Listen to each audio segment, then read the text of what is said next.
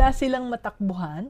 Does your new hire know who to go to when they are confused? Nakaka-relate ka ba? Kasi ganito rin ang nangyari kay Ann. Meron siyang mini-mart at nag-hire siya ng bagong cashier. Tinrain niya yung bagong cashier for half a day. Pinakita niya kung paano gamitin yung POS system. Binigyan niya siya ng quick walkthrough of mga products. Then, sabi niya, okay na yan, kaya mo na yan.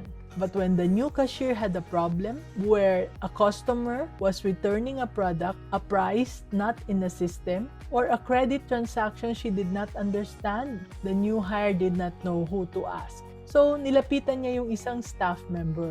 Sabi nung staff member, naku, hindi ko alam yan, tanong mo kay ma'am. So, she tried another staff member.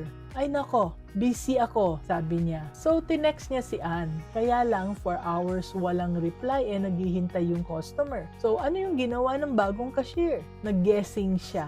And, of course, she made mistakes. Of course, the customers complained and when Ann found out, pinagalitan pa niya yung bagong cashier. Sabi, bakit mo ginawa yan? Hindi ganyan ang process. So, the new cashier wanted to cry. Hindi naman niya kasalanan na walang sumagot, di ba? So, yung new cashier just lasted 3 weeks. Mabuti nga, inabot pa siya ng 3 weeks, no? Then she left. Tahimik lang, no drama, just gone. So, pinalitan siya ni Ann at nangyari din yung the same thing.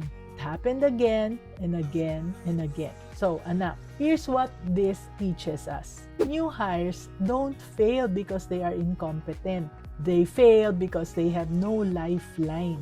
When someone new does not know who to turn to, bawat isang maliit na problema ay nagiging reason para mag-quit. And so, always keep in mind, if walang sasalo sa kanila, walang magtatagal sa kanila.